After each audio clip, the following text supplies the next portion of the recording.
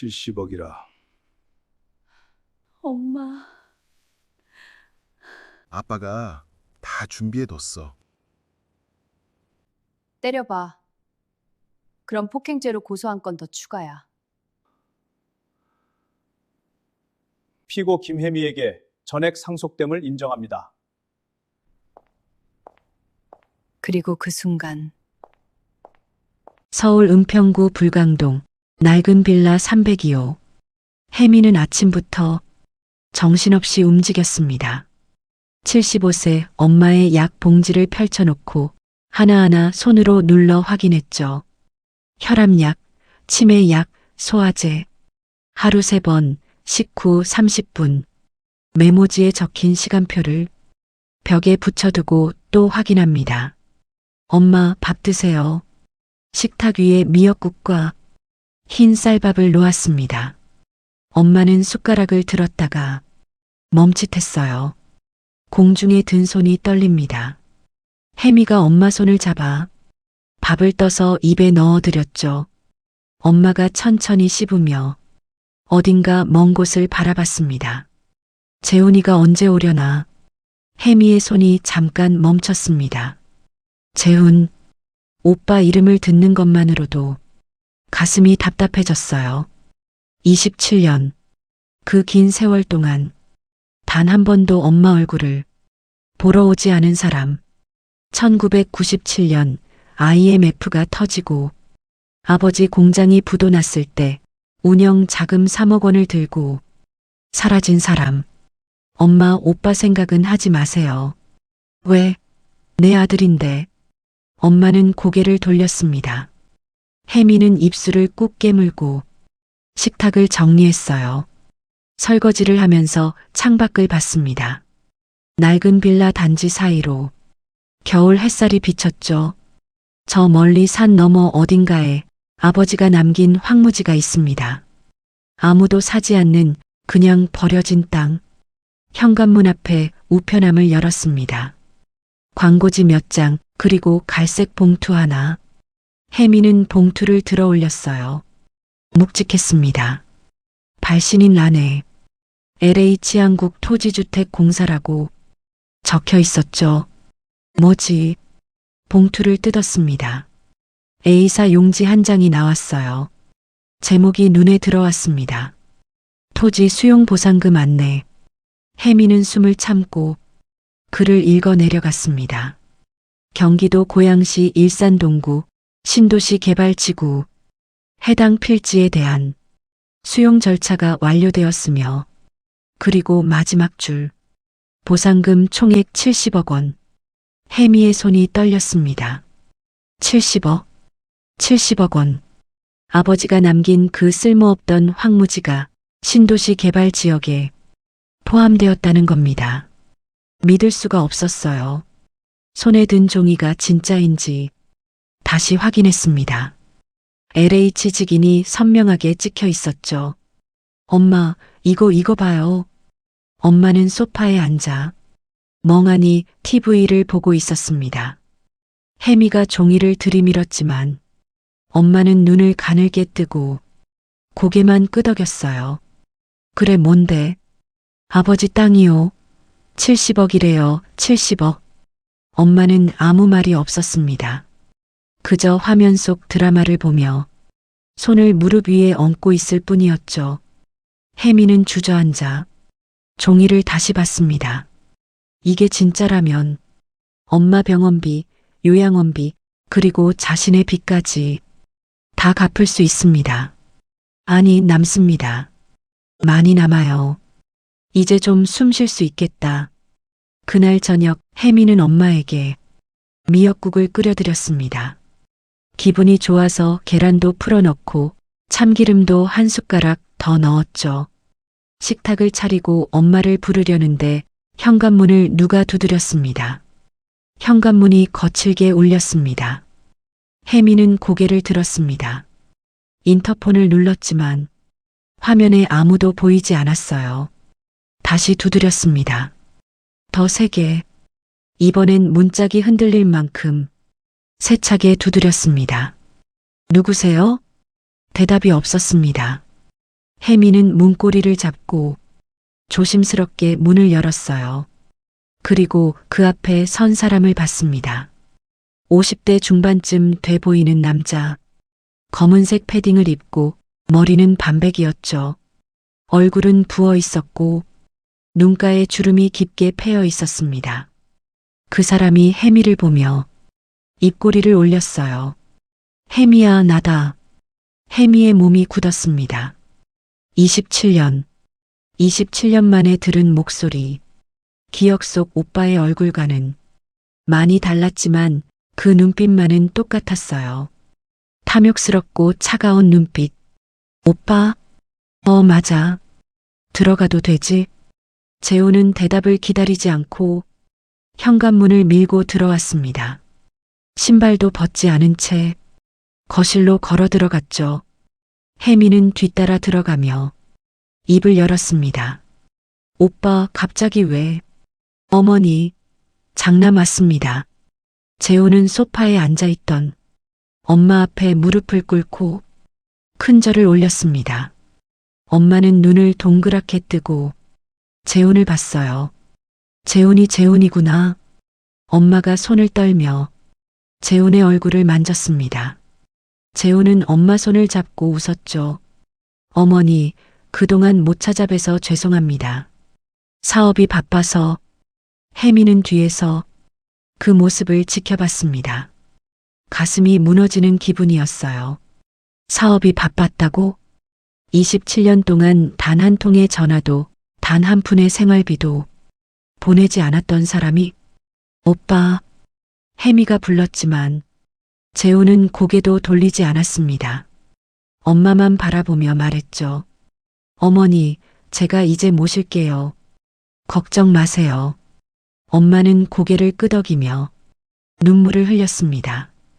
혜미는 주먹을 쥐었어요. 손톱이 손바닥에 박혔지만 아프지 않았습니다. 재훈이 엄마 손을 놓고 일어섰습니다. 그리고 거실을 둘러봤어요. 낡은 소파, 금간 TV, 벽에 붙은 곰팡이. 재훈의 시선이 식탁 위 갈색 봉투에 멈췄습니다. 저게 뭐야? 혜미는 빠르게 다가가 봉투를 집어들었습니다.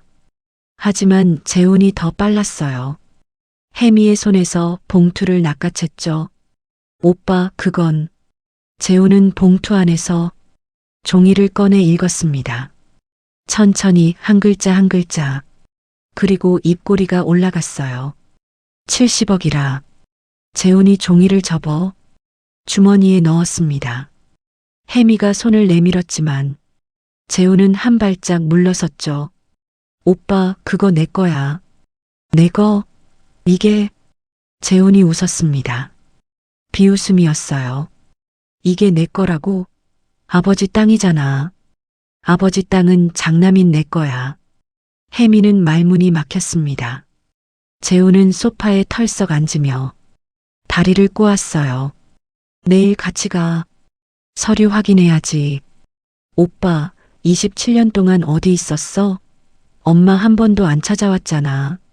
재훈이 고개를 들었습니다. 눈빛이 차가워졌어요. 그게 지금 중요해? 어쨌든 나 장남이야. 법적으로 상속 1순위라고. 혜미는 입술을 깨물었습니다.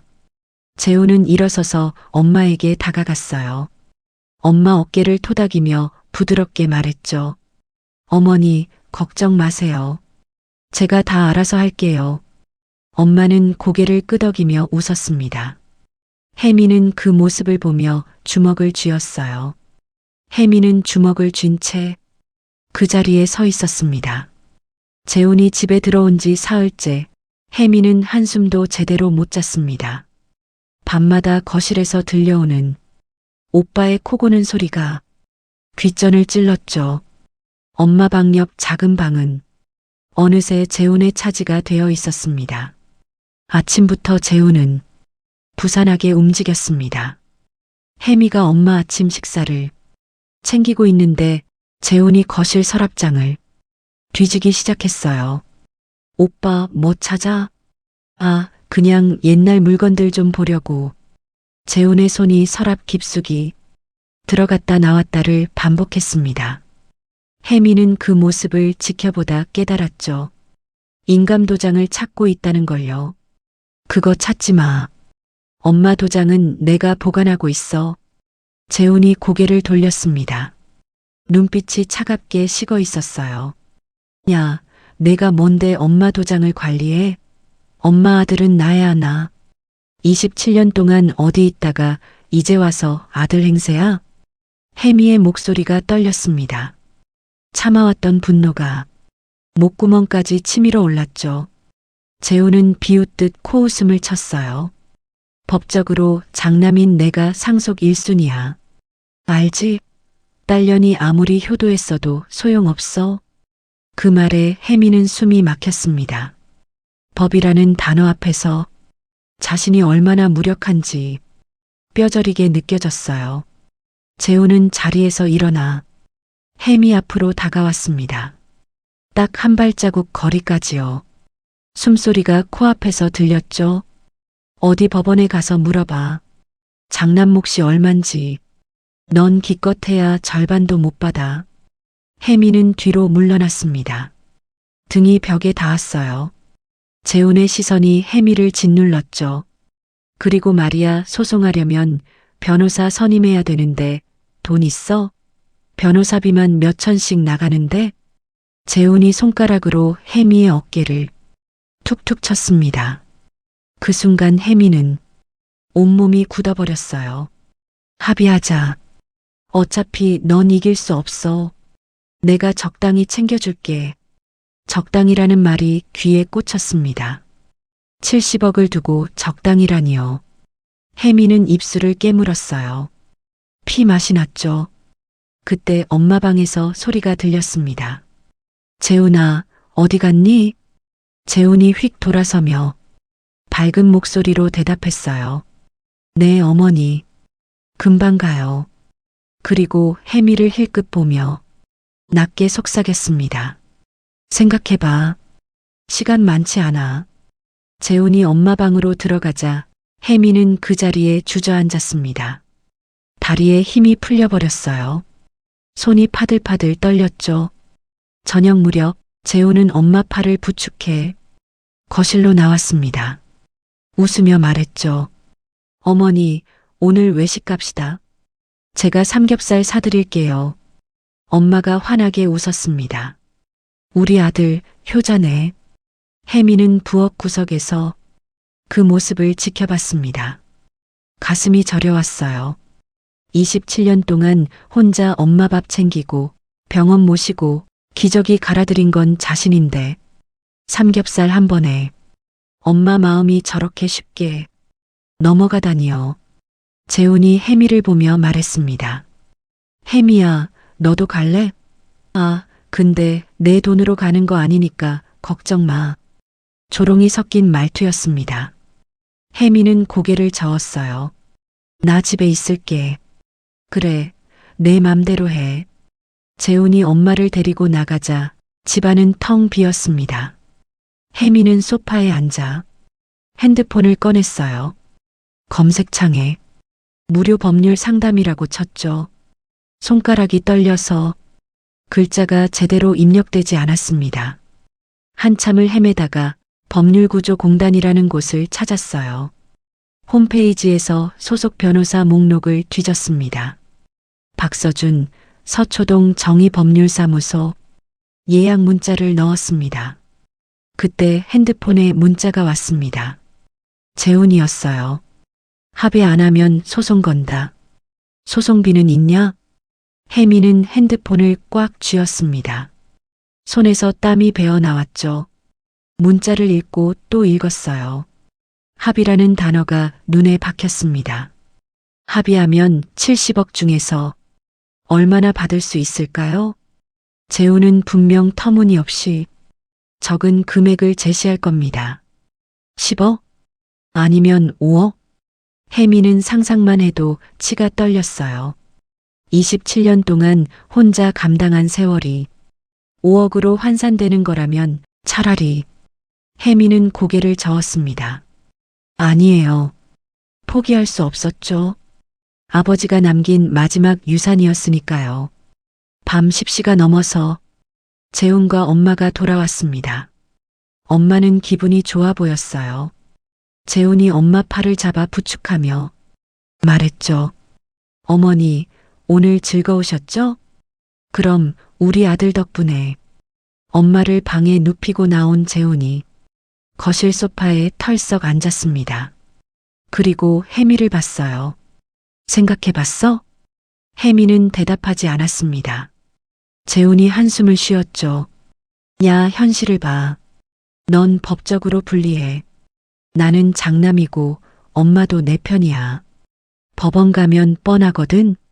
엄마가 오빠 편이라고. 혜미의 목소리가 갈라졌습니다. 재훈이 어깨를 으쓱했어요. 당연하지. 어머니가 누구 말을 더 들으실 것 같은데 27년 만에 온 아들, 아님 맨날 잔소리하는 딸. 그 말에 혜미는 할 말을 잃었습니다. 사실이었으니까요. 엄마는 치매 때문에 과거를 잘 기억하지 못했어요. 재훈이 돈을 들고 도망친 것도 아버지 장례식에 안 온 것도 다 잊어버렸죠. 재훈이 자리에서 일어나며 말했습니다. 내일까지 답 줘. 합의할 거냐, 소송할 거냐. 선택은 내 거야.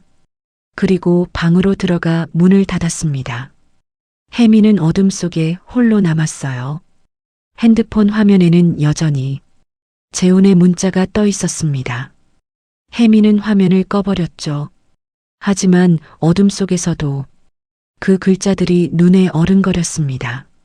합의 안 하면 소송 건다. 소송비는 있냐? 혜미는 눈을 감았습니다. 눈물이 볼을 타고 흘러내렸어요. 소리 없이 울었죠. 예약 문자를 보냈습니다. 그게 지금 혜미가 할 수 있는 유일한 일이었으니까요.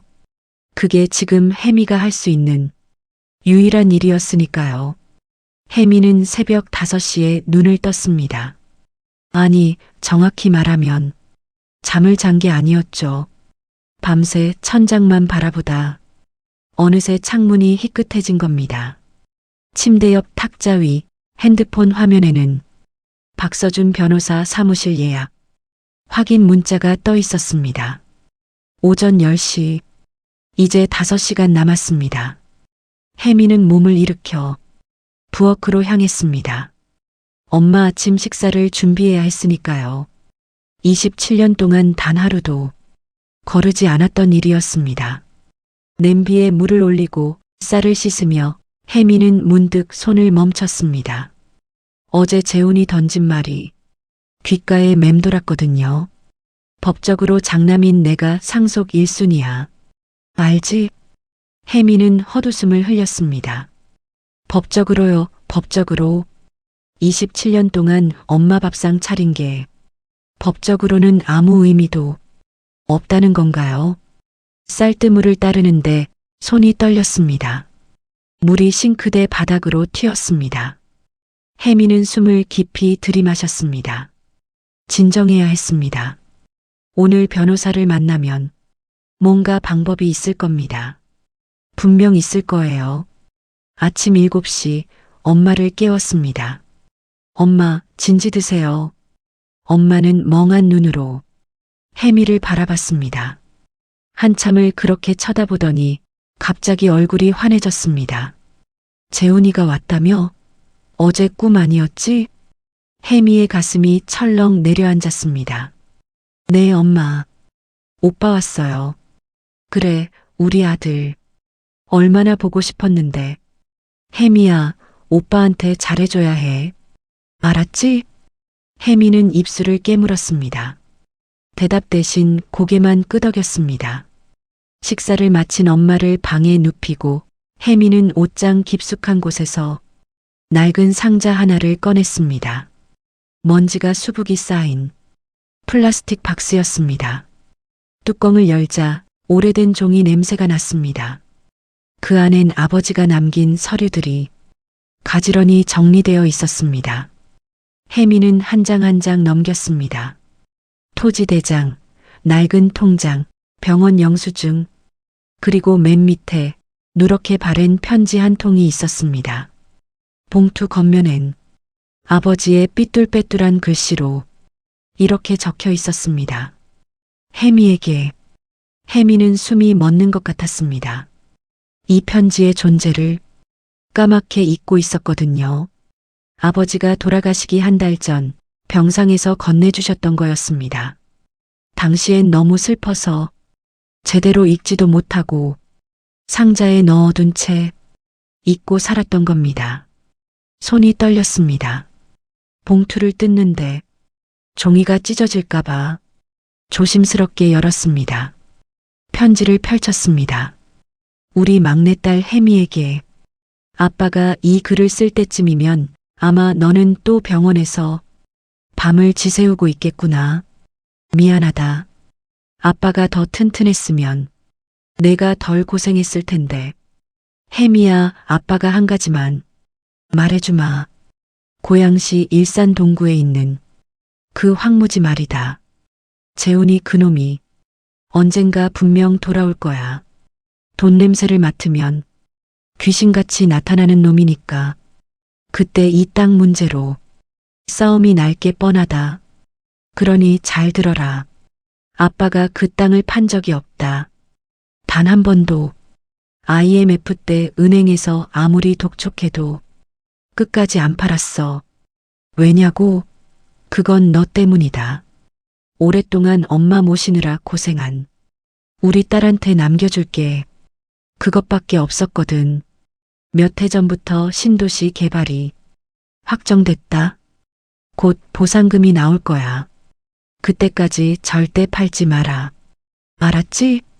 그리고 혜미야, 재훈이한테 지지 마.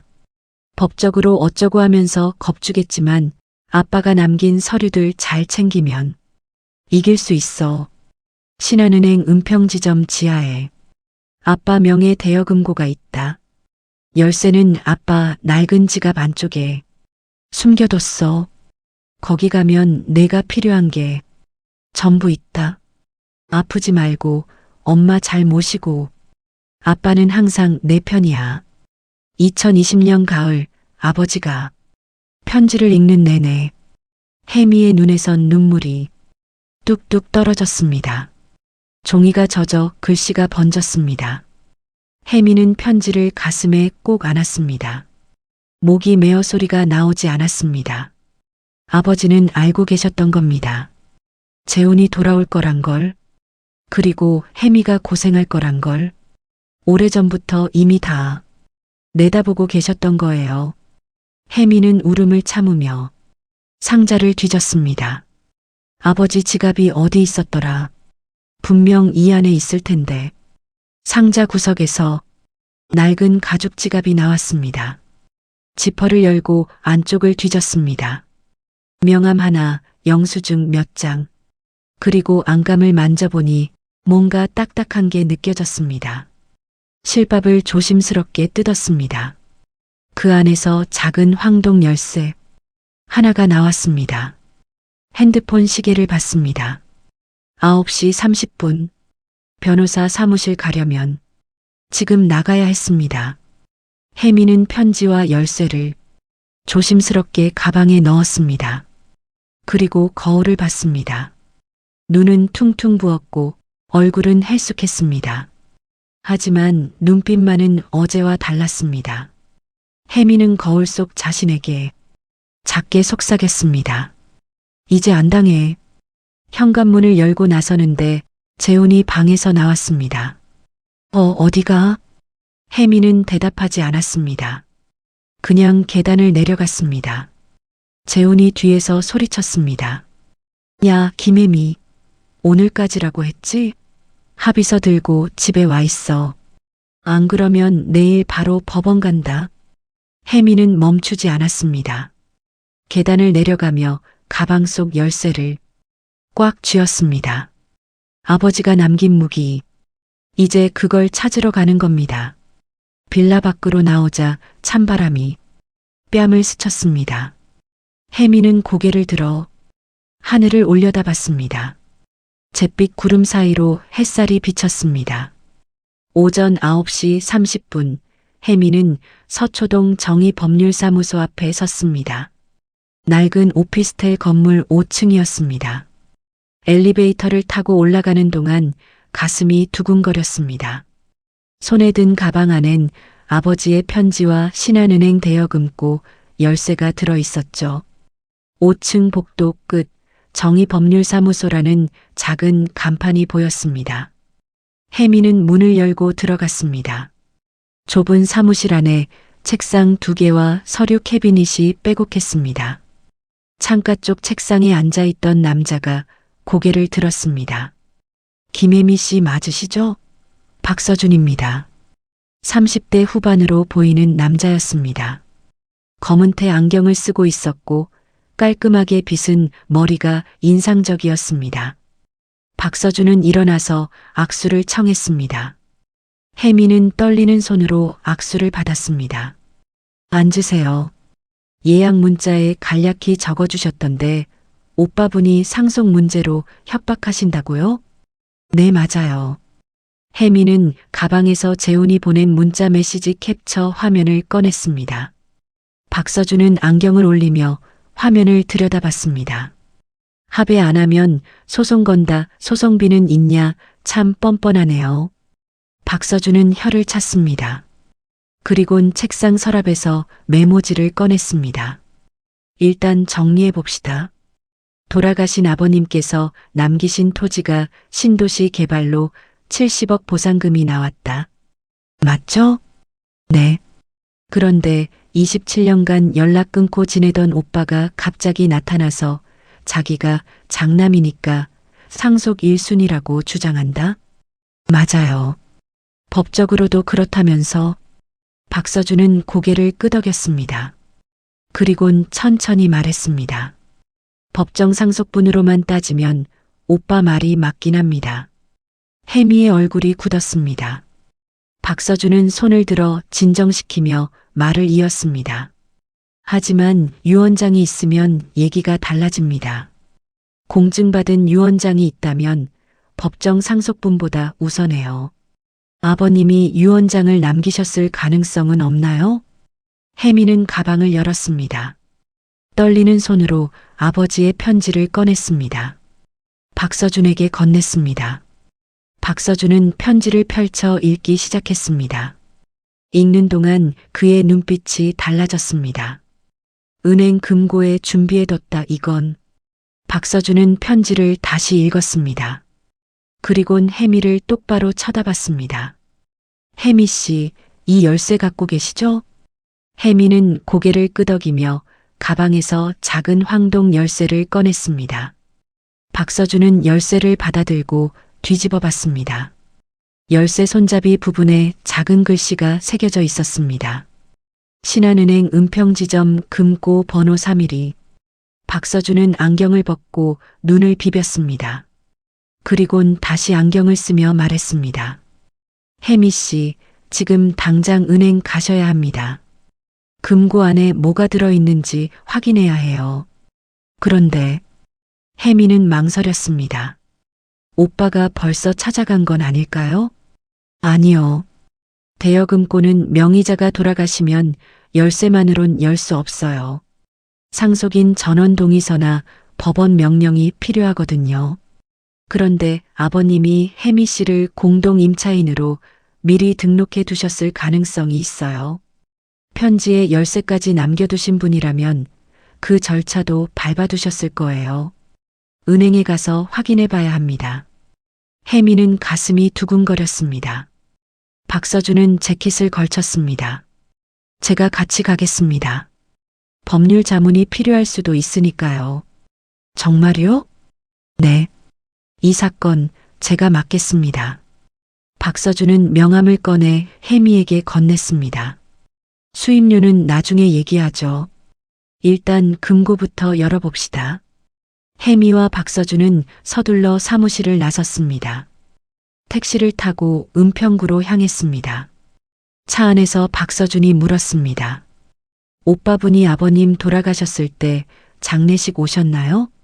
아니요. 연락도 안 됐어요. 그럼 상속 포기 각서 같은 거 쓴 적 있나요? 없어요. 그냥 사라졌어요.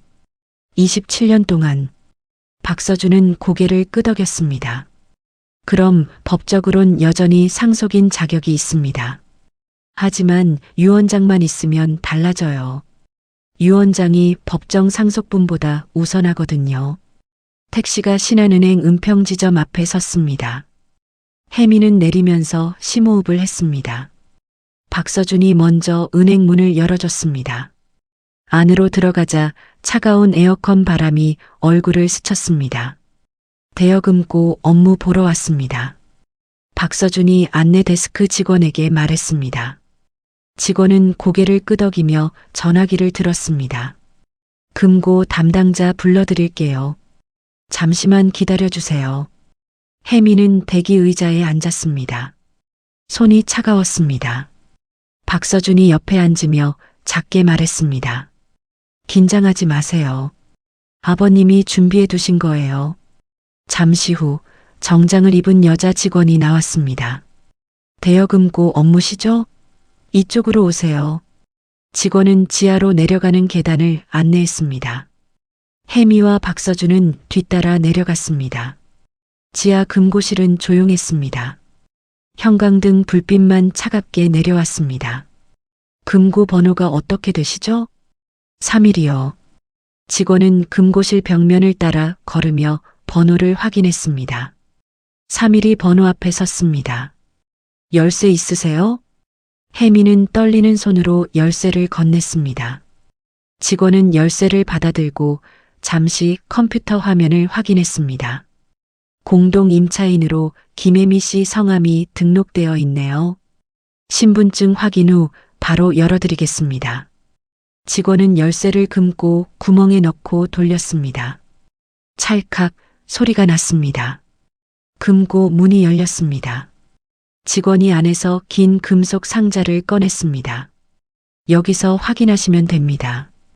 필요하시면 저쪽 열람실 쓰세요. 직원은 옆에 있는 작은 방을 가리켰습니다. 혜미와 박서준은 금속 상자를 들고 열람실로 들어갔습니다. 문을 닫았습니다. 박서준이 상자 뚜껑을 열었습니다. 안에 서류 봉투 하나가 들어 있었습니다. 두툼했습니다. 박서준은 봉투를 꺼내 조심스럽게 열었습니다. 안에서 서류 뭉치가 나왔습니다. 첫 장을 펼쳤습니다. 유언장. 박서준의 목소리가 떨렸습니다. 혜미는 숨을 참았습니다. 박서준은 천천히 읽기 시작했습니다. 유언자 김철수는 본인의 전 재산을 다음과 같이 상속한다. 경기도 고양시 일산 동구 소재 토지 전부를 차녀 김혜미에게 단독 상속한다. 박서준은 서류를 넘겼습니다. 다음 장엔 공증 도장이 선명하게 찍혀 있었습니다. 공증일자 2019년 3월 12일 공증인 날인. 박서준은 혜미를 똑바로 쳐다봤습니다. 혜미 씨, 이거 진짜예요. 공증받은 유언장이에요. 이거면 오빠한테 단 한 푼도 안 줘도 됩니다. 혜미의 눈에서 눈물이 흘러내렸습니다. 박서준은 다음 서류를 펼쳤습니다. 그리고 이건 토지 등기부등본이네요. 아버님 명의로 되어 있고. 박서준은 계속 서류를 넘겼습니다. 그러다 손이 멈췄습니다. 잠깐, 이건. 박서준의 얼굴이 굳었습니다. 혜미가 물었습니다. 뭐예요? 97년도 은행 거래 내역서 김재훈 명의 통장으로 3억 원 이체 이건. 박서준은 다음 장을 넘겼습니다. 거기엔 손으로 쓴 메모가 붙어 있었습니다. 아버지의 필체였습니다. 재훈이가 공장 자금 빼돌린 증거. 혜미야, 이걸로 내 오빠 꼼짝 못하게 해라. 박서준은 천천히 서류를 내려놓았습니다. 안경을 벗고 눈을 감았습니다. 그리곤 다시 눈을 뜨고 혜미를 봤습니다. 혜미 씨, 아버님이 전부 다 준비해 두셨어요. 유언장뿐만 아니라 오빠분이 과거에 저지른 범죄 증거까지. 혜미는 아무 말도 할 수 없었습니다. 눈물만 계속 흘러내렸습니다. 박서준은 서류를 다시 봉투에 넣으며 말했습니다. 이제 게임 끝났어요. 이 증거 상속 결격 사유로 쓸 수 있어요. 법원에서 재훈 씨 몫을 완전히 날려버릴 수 있거든요. 혜미는 고개를 숙였습니다. 아버지 얼굴이 떠올랐습니다. 언제나 말없이 웃던 아버지. 평생 등 굽혀 일하던 아버지. 혜미는 작게 중얼거렸습니다. 아버지. 박서준은 혜미의 어깨를 가볍게 두드렸습니다. 자, 시작해 봅시다. 박서준이 서류를 봉투에 넣으며 말했습니다.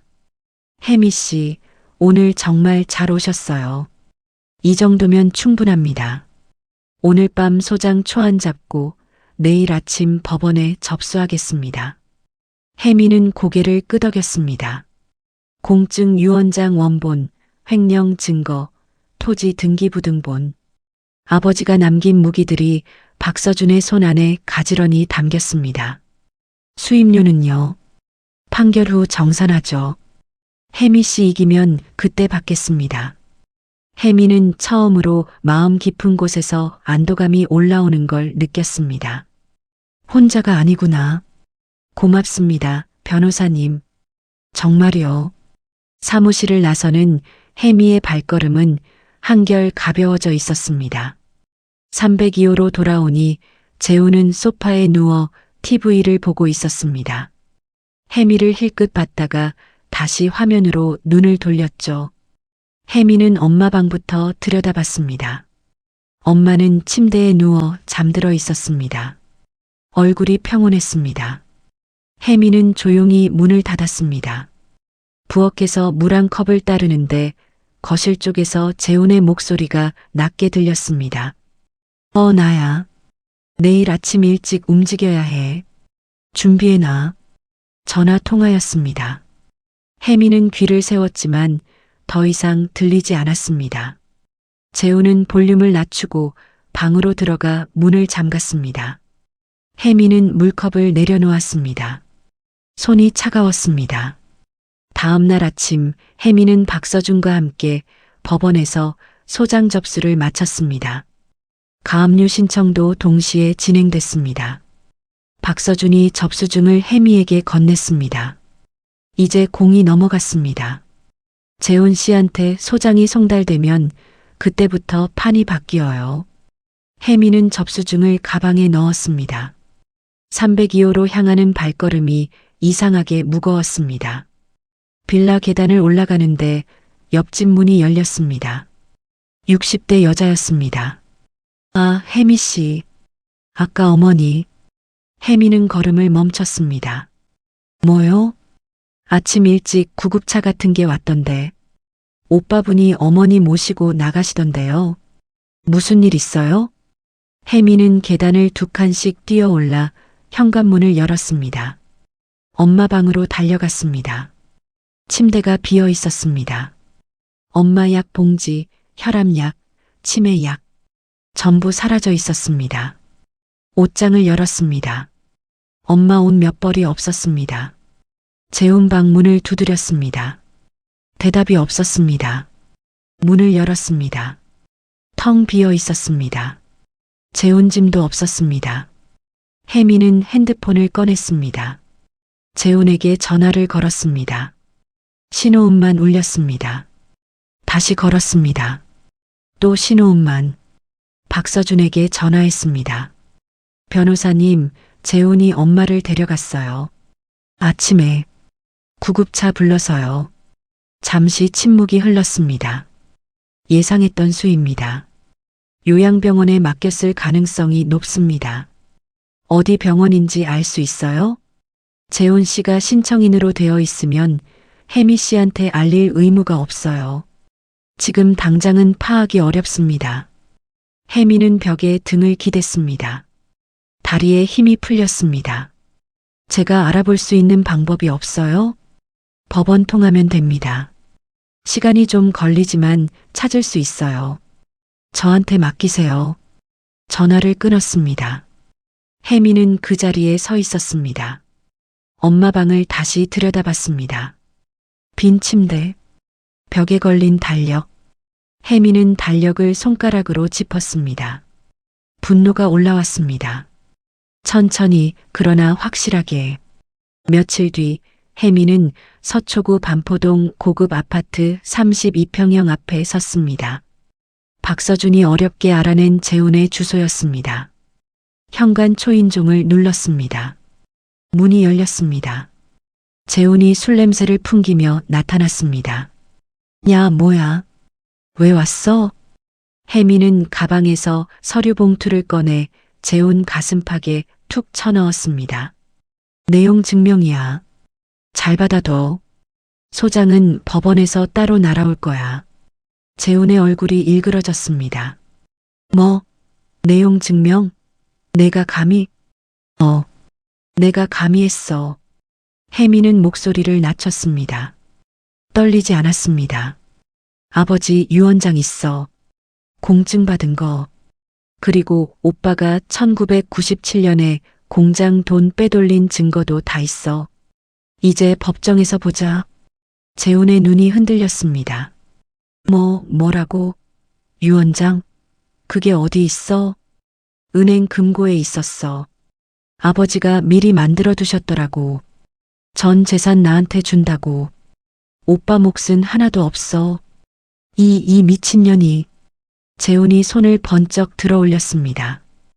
혜미는 눈 하나 깜빡이지 않고 그 손을 똑바로 쳐다봤습니다. 때려. 그럼 폭행죄로 고소한 건 더 추가되는 거야. 재훈의 손이 공중에서 멈췄습니다. 떨리는 손이 천천히 내려왔습니다. 혜미는 돌아섰습니다. 엄마 어디 있어? 재훈이 비웃었습니다. 알 거 없어. 법정에서 봐, 오빠. 혜미는 돌아서서 걸었습니다. 뒤에서 재훈이 뭐라고 소리쳤지만 듣지 않았습니다. 302호로 돌아왔습니다. 현관문을 열자 어둠이 맞았습니다. 불을 켰습니다. 엄마 방문이 열려 있었습니다. 빈 침대가 보였습니다. 혜미는 엄마 방으로 들어갔습니다. 침대 옆에 앉았습니다. 엄마가 쓰던 베개를 들어 품에 안았습니다. 엄마 냄새가 났습니다. 한참을 그렇게 앉아 있었습니다. 302호 현관문을 나서자 찬바람이 불었습니다. 혜미는 발걸음을 옮기다가 뒤를 돌아봤습니다. 골목 건너편 편의점 불빛이 노랗게 켜져 있었습니다. 박 변호사가 오늘도 사무실에 늦게까지 남아있을 거라는 생각이 들었습니다. 혜미는 가방 속 서류 봉투를 만졌습니다. 공증 유언장 사본이 그 안에 들어 있었습니다. 손끝에 닿는 종이의 질감이 묘하게 단단했습니다. 다음 변론까지 이제 한 달 남았어요. 박 변호사의 말이 귓가에 맴돌았습니다. 한 달. 혜미는 숫자를 되뇌며 걸었습니다. 엄마 얼굴이 아른거렸습니다. 어느 병원인지도 모른 채 며칠이 흘렀습니다. 재훈은 전화를 받지 않았습니다. 박서준도 아직 파악 중이라고만 했습니다. 핸드폰이 울렸습니다. 모르는 번호였습니다. 혜미는 잠시 망설이다가 받았습니다. 여보세요? 김혜미 씨 맞습니까? 남자 목소리였습니다. 차갑고 사무적인 톤이었습니다. 네, 그런데요. 저는 서울가정법원 조사관 이동혁입니다. 김재훈 씨가 신청한 성년 후견인 선임건으로 연락드렸습니다. 혜미는 걸음을 멈췄습니다. 성년 후견인이요? 네. 피후견인은 김순자 씨, 1949년생입니다. 혜미 씨 어머님이 맞으시죠? 그게 무슨 오빠가 그걸 신청했다고요? 네. 신청인은 장남 김재훈 씨입니다. 어머님이 치매 초기 진단을 받으셨다는 의사 소견서도 첨부되어 있고요. 다음 주 화요일 오전 10시에 법원으로 출석해 주시기 바랍니다. 혜미는 핸드폰을 쥔 손에 힘을 주었습니다. 제가 왜 가야 하는데요? 가족관계 확인 및 의견 청취가 필요합니다. 주소는 문자로 발송해 드리겠습니다. 통화가 끊어졌습니다. 혜미는 핸드폰을 내려다보았습니다. 화면에 통화 종료라는 글자가 떠 있었습니다. 성년 후견인. 그 말의 의미가 천천히 스며들었습니다. 엄마 통장, 재산 전부 자기 맘대로 하겠다는 거였습니다. 이 인간이 진짜. 혜미는 이를 갈았습니다. 다시 박서준 변호사에게 전화를 걸었습니다. 변호사님, 지금 성년 의견인 어쩌고 하는 전화 받았는데요. 아, 재훈 씨가 그것까지 신청했군요. 예상은 했습니다.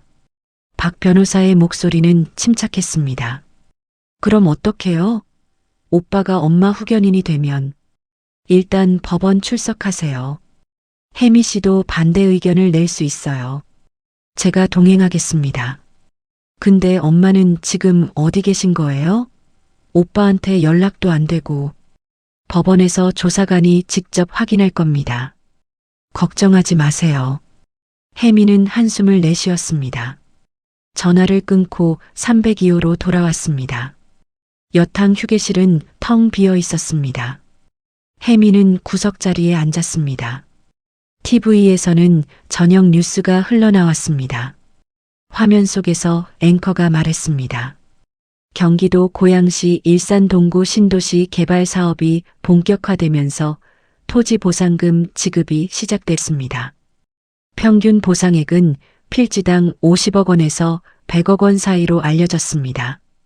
혜미는 TV를 보다가 고개를 돌렸습니다. 50억, 100억. 숫자가 너무 커서 실감이 나지 않았습니다. 가방에서 서류 봉투를 꺼냈습니다.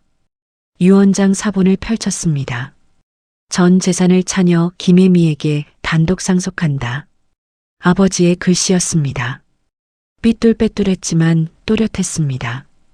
혜미는 종이를 가슴에 안았습니다. 눈물이 났습니다. 아빠 고마워요. 작게 속삭였습니다. 목소리가 흔들렸습니다. 다음 날 아침 혜미는 박서준 변호사 사무실로 갔습니다. 5층 사무실 문을 열자 박 변호사가 책상 앞에 앉아 있었습니다. 어제 통화 후에 제가 좀 알아봤습니다. 박 변호사가 안경을 올리며 말했습니다. 성년 의견인 선임 신청 기각시킬 수 있어요. 어머님 상태가 아직 경증이고 혜미 씨가 27년간 실제 부양자였다는 증거가 충분하니까요. 그럼 오빠가 못 되는 거예요? 네. 오히려 혜미 씨가 후견인이 될 가능성이 높습니다. 혜미는 안도의 한숨을 내쉬었습니다. 근데 변호사님. 네. 엄마가 지금 어디 계신지 알 수 있을까요? 박 변호사는 잠시 생각하다가 말했습니다. 법원 조사관이 확인하겠지만 제가 먼저 알아볼게요. 재훈 씨 연락처 아세요? 번호는 있는데 받을지 모르겠어요. 일단 제가 공문 형식으로 요청해 보겠습니다. 혜미는 고개를 끄덕였습니다.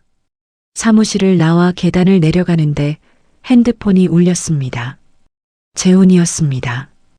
혜미는 멈춰섰습니다. 번호를 보며 망설였습니다. 받을까 말까? 결국 받았습니다. 왜? 짧게 물었습니다. 야, 김혜미. 재훈의 목소리였습니다. 거칠었습니다. 유언장 하나 들고 설친다고 달라지는 거 없어. 알아? 엄마 후견인은 내가 되는 거야. 법원에서도 장남 우선이거든. 내가 아무리 발버둥 쳐도 소용없어. 혜미는 입술을 깨물었습니다. 엄마 어디 있어? 궁금해? 안 알려줄 건데. 엄마 건강 확인해야 되니까 어디 있는지 알려줘. 닥쳐. 내가 알아서 한다. 전화가 끊어졌습니다. 혜미는 핸드폰을 쥔 채 서 있었습니다. 손이 떨렸습니다. 분노가 치밀었습니다.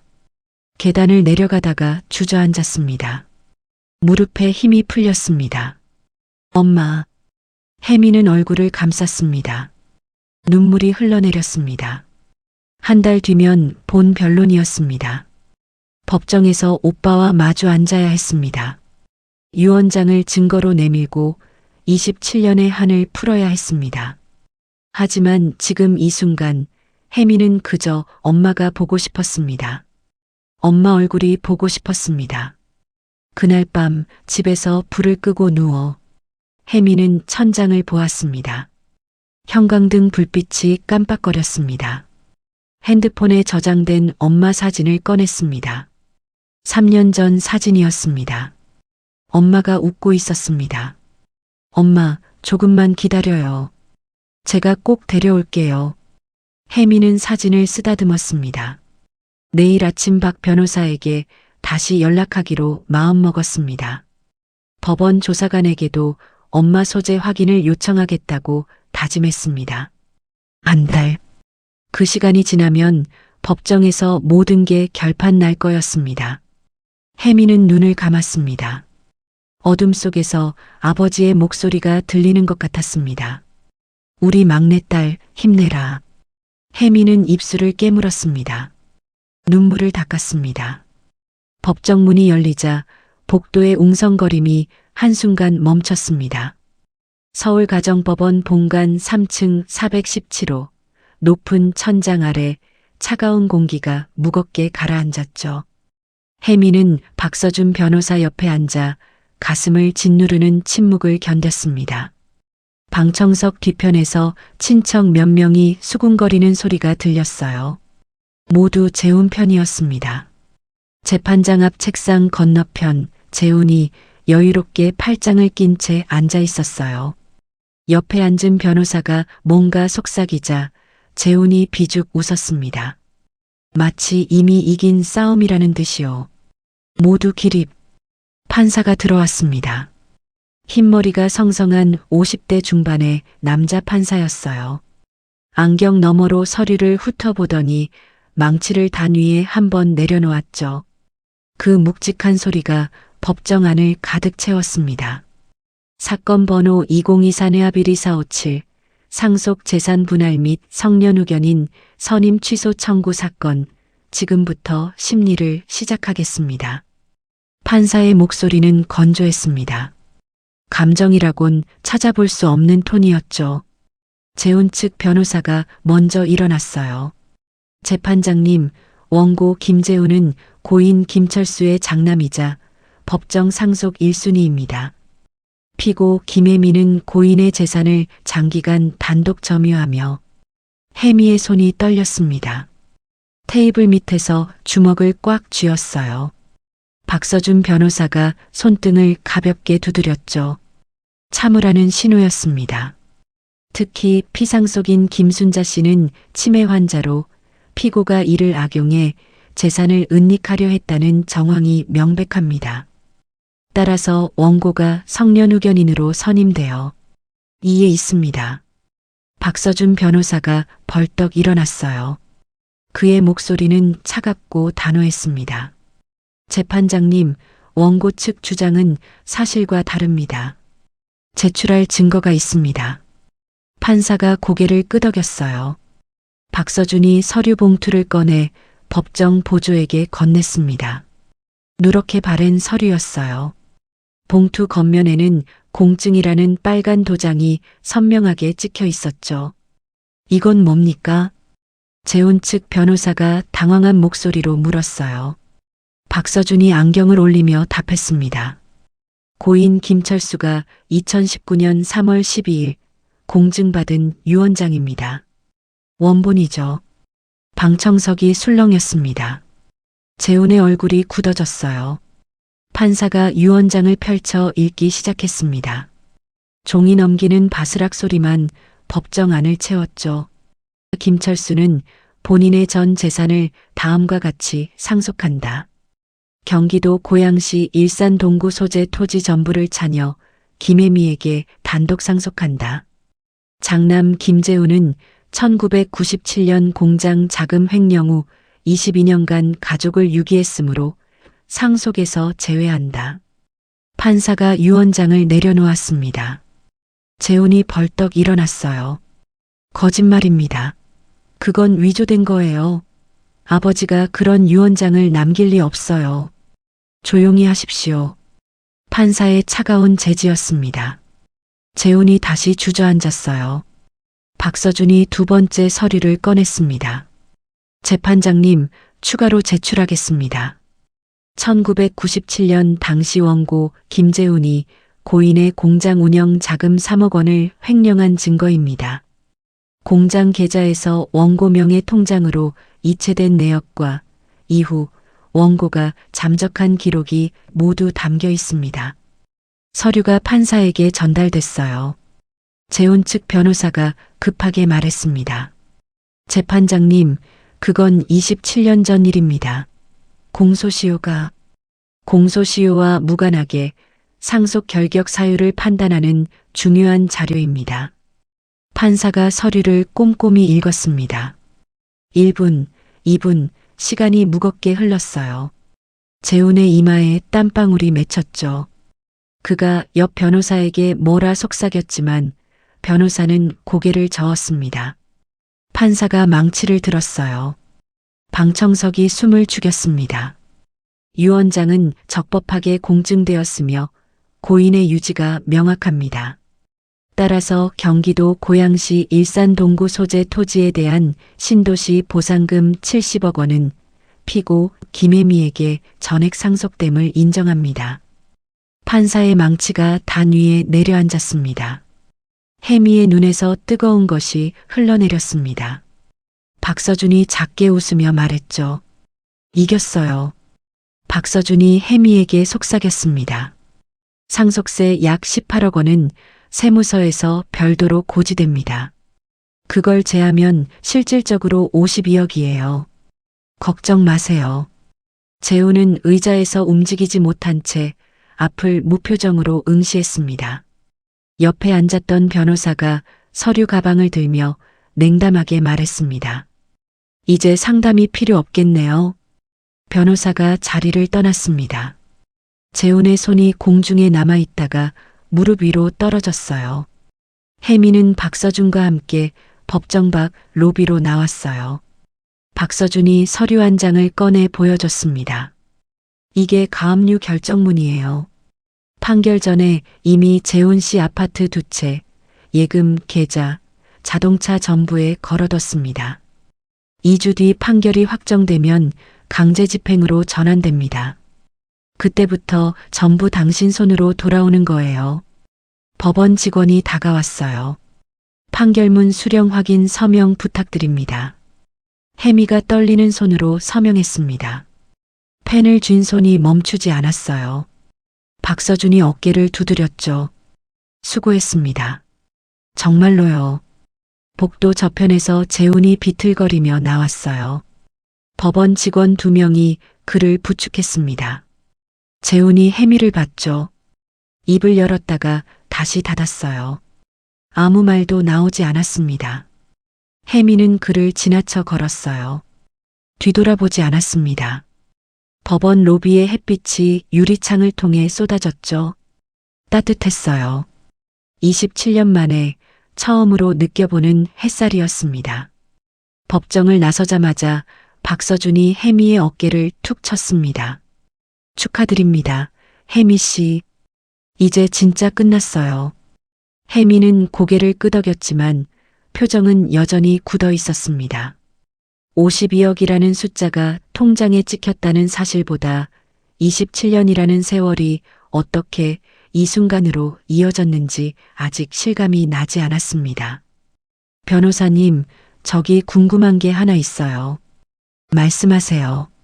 아버지가 왜 그 땅을, 그 황무지를 끝까지 안 팔고 버티신 건지 알 수 있을까요? 박서준이 잠시 멈칫했습니다. 그는 가방에서 투명 파일 하나를 꺼냈습니다. 사실 이걸 드릴까 말까 고민했는데요. 혜미 씨가 집에서 찾으신 편지 말고 대여금고 안에 따로 들어있던 겁니다. 2019년에 쓰신 거예요. 파일 안에는 누렇게 바랜 편지 한 장이 들어있었습니다. 삐뚤빼뚤한 글씨, 혜미는 한눈에 알아봤습니다. 아버지 필체였습니다. 혜미는 떨리는 손으로 편지를 펼쳤습니다. 박서준이 조용히 자리를 비켜주었습니다. 편지는 이렇게 시작되고 있었습니다. 우리 막내딸 혜미야. 아빠가 이 글을 쓰는 지금은 2019년 3월이다. 내가 40살쯤 되었을 거야. 아빠는 이제 많이 아프다. 의사 선생이 1년 남았대. 혜미의 눈가가 뜨거워졌습니다. 아버지는 돌아가시기 1년 전 이미 모든 걸 준비하고 계셨던 겁니다. 내 오빠 재훈이 그놈은 아빠가 죽으면 반드시 돌아온다. 돈 냄새를 맡으면 귀신같이 나타나는 놈이니까. 그래서 아빠는 너한테 무기를 남긴다. 혜미는 입술을 깨물었습니다. 아버지는 아들의 본성을, 그 탐욕을 너무나 잘 알고 계셨습니다. 그 딱 말이다. 다들 쓸모없다고 했지. 아빠도 처음엔 그랬어. 근데 2015년쯤 동네 부동산 아저씨가 귀띔해줬다. 거기가 신도시 후보지라고. 5년 안에 보상금 나올 거라고. 혜미의 심장이 쿵쾅거리기 시작했습니다. 아빠는 그때부터 버텼다. 빚쟁이들이 그 땅 팔라고 난리쳤지만 아빠는 안 팔았어. 내가 평생 고생한 거 다 알아. 20년이 넘도록 엄마 혼자 모시고 밥값 벌려고 마트에서 일하고. 그거 다 아빠 잘못이야. 눈물이 뚝 떨어져 편지 위에 번졌습니다. 혜미는 재빨리 손등으로 닦았지만 눈물은 멈추지 않았습니다. 그래서 아빠가 이 땅 하나는 끝까지 지킨 거다. 재훈이 그놈한테 단 1원도 안 주려고. 전부 내 거야, 혜미야. 내가 받아야 할 몫이야. 유언장 공증도 받아뒀으니까 누가 뭐라 해도 법적으로 내 거다. 혜미는 주저앉듯 근처 벤치에 앉았습니다. 편지를 쥔 손이 부들부들 떨렸습니다. 아빠는 내가 재훈이한테 당하는 거 보기 싫었어. 그놈은 형제도 아니고 사람도 아니야. 그냥 돈만 아는 짐승이지. 그러니까 혜미야, 절대 물러서지 마. 아빠가 남긴 거 다 받아.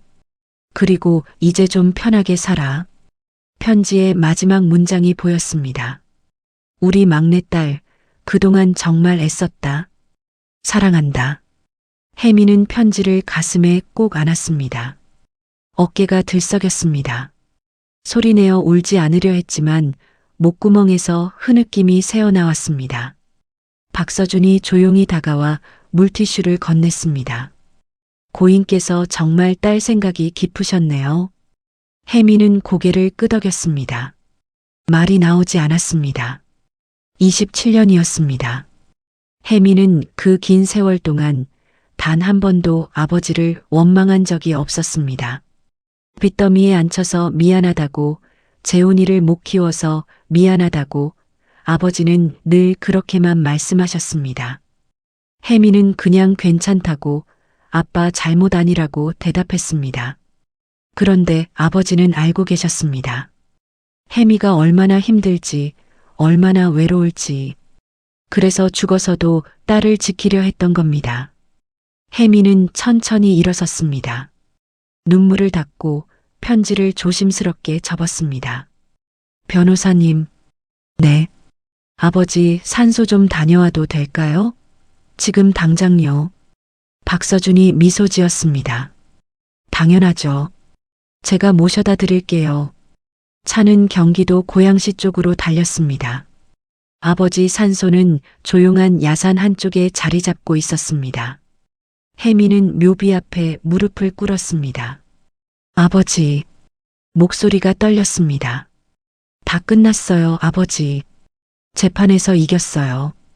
아버지가 남기신 거 제가 다 지켰어요. 바람이 불어왔습니다.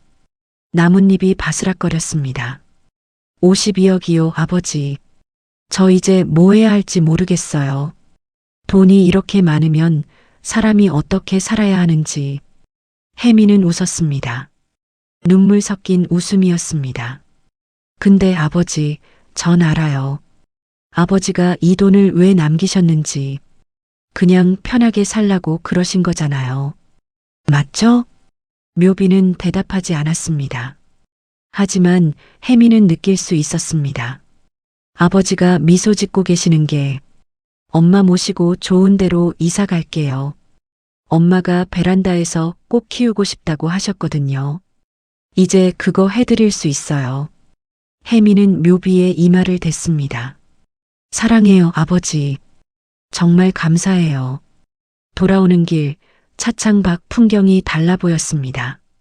같은 하늘, 같은 도로였지만 혜미의 눈에는 모든 게 새롭게 보였습니다. 박서준이 물었습니다. 기분이 좀 어떠세요? 혜미는 잠시 생각했습니다. 후련해요. 그리고 따뜻해요. 따뜻하다니요? 네. 아버지가 아직도 저 지켜주시는 것 같아서요. 박서준이 고개를 끄덕였습니다. 좋은 분이셨네요, 정말. 혜미는 창밖을 바라보며 작게 중얼거렸습니다. 네. 세상에서 제일 좋은 아버지였어요. 그날 밤 혜미는 오랜만에 깊은 잠에 빠져들었습니다. 악몽도 식은땀도 없었습니다. 그저 따뜻하고 평온한 밤이었습니다. 1년이 흘렀습니다. 서울 마포구 상암동 한강이 내려다 보이는 새 아파트 거실에서 혜미는 창밖을 바라보고 있었습니다. 따스한 오후 햇살이 거실 가득 쏟아져 들어왔죠. 베란다에선 어머니가 요양보호사 김 선생님과 함께 화분에 물을 주고 계셨어요. 어머니, 이 꽃 이름이 뭐였죠? 페투니아 아니, 페추니아? 아, 기억이 안 나네. 김 선생님이 부드럽게 웃으며 말했습니다. 괜찮으세요. 천천히 생각하시면 돼요. 혜미는 그 모습을 지켜보다 시선을 돌렸습니다. 거실 한쪽 벽에 걸린 아버지 사진이 눈에 들어왔죠. 액자 속 아버지는 여전히 그때 그 미소를 짓고 계셨어요. 테이블 위엔 은행에서 보내온 서류 몇 장이 놓여 있었습니다. 정기예금 만기 안내장이었죠. 아파트를 사고 어머니 요양비를 치른 뒤 남은 돈을 안전하게 은행에 넣어뒀습니다. 핸드폰이 진동했어요. 박서준 변호사였습니다. 혜미 씨, 안녕하세요. 오늘 뉴스 보셨어요? 아니요, 무슨 일인데요? 김재훈 씨 관련 소식입니다. 들으시겠어요? 혜미는 잠시 망설였습니다. 그러다 조용히 말했죠. 네, 말씀하세요. 2심에서도 징역형이 확정됐습니다. 집행유예 없이요. 그리고 파산 선고까지 났어요. 이제 신용불량자로 완전히 등록됐죠. 혜미는 아무 말도 하지 않았습니다. 박 변호사가 덧붙였어요. 혹시 연락 올까봐 걱정되시면 제가 접근금지 가처분 신청할 수도 있습니다만. 아니요, 괜찮아요. 네. 오빠가 이제 저한텐 아무것도 아니에요. 그냥 남이에요. 전화를 끊고 혜미는 리모컨을 집어 TV를 켰습니다. 뉴스 채널이었죠. 화면 속에서 앵커가 담담한 목소리로 읽어내려갔습니다. 토지 보상금을 노린 사기 미수 혐의로 기소됐던 김재훈 씨에 대한 항소심 판결이 오늘 선고됐습니다. 재판부는 1심과 동일하게 징역 2년 6개월을 선고하며 즉시 법정 구속했습니다. 화면이 바뀌었어요. 법원 청사 앞이었죠. 수갑을 찬 재훈이 호송차에 오르는 모습이 잠깐 비쳤습니다. 혜미는 리모컨을 들었다가 그냥 내려놓았습니다. 화면을 그대로 바라봤죠. 분노도 슬픔도 없었어요. 그냥 텅 빈 느낌이었습니다. 끝났구나. 그 한마디가 입 밖으로 나왔습니다. 채널을 돌렸어요. 요리 프로그램이 나왔죠. 셰프가 된장찌개 끓이는 법을 설명하고 있었습니다. 베란다에서 어머니 목소리가 들려왔어요. 혜미야, 저녁엔 뭐 먹을까? 엄마가 좋아하시는 거 해드릴게요. 그럼 된장찌개. 혜미는 웃었습니다. 이상하게도 눈물이 났죠. 하지만 슬픈 눈물은 아니었어요. 주방으로 걸어가며 냉장고를 열었습니다. 신선한 두부, 애호박, 감자가 가지런히 정리돼 있었죠. 1년 전엔 상상도 못했던 풍경이었습니다. 칼을 꺼내 도마 위에 두부를 올렸어요. 칼날이 도마를 두드렸습니다. 규칙적인 리듬이었습니다. 문득 1년 전 그날이 떠올랐죠. 법정에서 판사가 판결문을 읽던 순간 재훈이 의자에서 굳어버린 채 무표정으로 앉아있던 모습, 가압류 결정문을 손에 쥐었을 때 느꼈던 그 벅찬 감정들. 하지만 지금은 달랐습니다. 복수가 주는 쾌감은 이미 사라졌어요. 남은 건 평범한 일상뿐이었죠. 냄비에 물을 붓고 멸치와 다시마를 넣었습니다. 보글보글 끓어오르는 소리가 주방을 채웠어요. 김 선생님, 오늘 저녁 같이 드실래요? 김 선생님이 베란다 문을 열고 고개를 내밀었습니다. 괜찮으세요? 제가 또 패를. 아니에요. 가족처럼 지내잖아요. 그럼 감사히 얻어먹겠습니다. 어머니가 거실로 들어오며 말했어요. 혜미야, 오늘 날씨 좋던데 산책 갈까? 좋아요. 저녁 먹고 나가요. 응, 그러자. 어머니는 소파에 앉아 TV를 보기 시작했습니다. 예전처럼 불안해하거나 누군가를 찾지 않았어요. 그냥 편안하게 웃고 있었죠. 혜미는 된장을 풀며 냄비에 풀었습니다. 구수한 냄새가 퍼져나갔어요. 핸드폰이 또 울렸습니다. 이번엔 은행이었죠. 고객님, 정기예금 만기일이 다가옵니다. 재해치 또는 다른 상품으로 전환하시겠습니까? 재해치로 할게요. 금리 제일 높은 걸로요. 네, 알겠습니다. 내일 본점으로 방문해 주시면. 네, 가겠습니다. 전화를 끊고 혜미는 다시 냄비를 저었습니다. 두부가 보들보들하게 익어가고 있었죠. 남은 돈은 여전히 현실감이 없었습니다. 통장 숫자로만 존재하는 추상적인 개념 같았어요. 하지만 이 아파트, 어머니의 편안한 웃음, 냉장고 가득한 식재료들은 분명한 현실이었죠. 아버지, 전 이제 괜찮아요. 마음속으로 중얼거렸습니다. 엄마도 행복해 보여요. 걱정 마세요. 찌개가 끓어올랐어요. 불을 줄이고 뚜껑을 덮었습니다. 거실로 나와 아버지 사진 앞에 섰죠. 액자를 쓰다듬으며 혜미는 조용히 말했어요. 고마워요, 아빠. 정말 고마워요. 어머니가 소파에서 손을 흔들었습니다. 혜미야, 이리 와봐. 이 프로그램 재밌다. 네, 엄마. 혜미는 어머니 옆에 앉았습니다. 어머니가 자연스럽게 혜미 손을 잡았어요. 주름진 손이었지만 따뜻했죠. 창밖으론 해가 서서히 기울고 있었습니다. 한강 위로 석양이 반짝였어요. 이제 시작이야. 혜미는 생각했습니다. 진짜 내 인생은 이제부터야.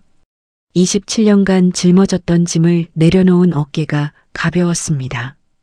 처음으로 앞만 보고 걸어갈 수 있었죠. 주방에서 보글보글 끓는 소리가 들려왔어요.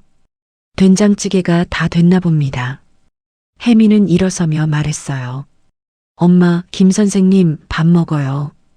응, 우리 딸. 네, 금방 갑니다. 세 사람은 식탁에 둘러앉았습니다. 김이 모락모락 나는 된장찌개, 갓 지은 밥, 정갈하게 담긴 반찬들. 잘 먹겠습니다. 숟가락을 들었어요. 따뜻한 국물이 입안에 퍼졌죠. 어머니가 말했습니다. 맛있다. 다행이네요. 김 선생님도 웃으며 밥을 떴어요. 창밖으론 서울 야경이 하나둘 불을 밝히기 시작했습니다. 반짝이는 불빛들이 도시를 수놓았죠. 혜미는 고개를 들어 창밖을 봤습니다. 저 멀리 아버지가 남긴 땅이 있던 방향이었어요. 이젠 신도시 아파트들이 빼곡히 들어찰 곳이죠. 거기서 시작된 거였어. 혜미는 다시 숟가락을 들었습니다. 밥을 한 입 떠서 입에 넣었죠. 엄마, 내일 병원 가야 하는 거 아시죠? 응, 알아. 김 선생님이 같이 가준대. 네, 제가 모시고 갈게요. 고마워요, 선생님. 평범한 대화가 오갔습니다. 밥을 다 먹고 설거지를 끝냈습니다. 어머니는 거실에서 TV를 보고 계셨어요. 혜미는 베란다로 나가 난간에 기댔습니다. 찬바람이 불어왔죠. 핸드폰을 꺼내 통장 앱을 켰어요. 잔액이 떴습니다. 30억 4천만 원.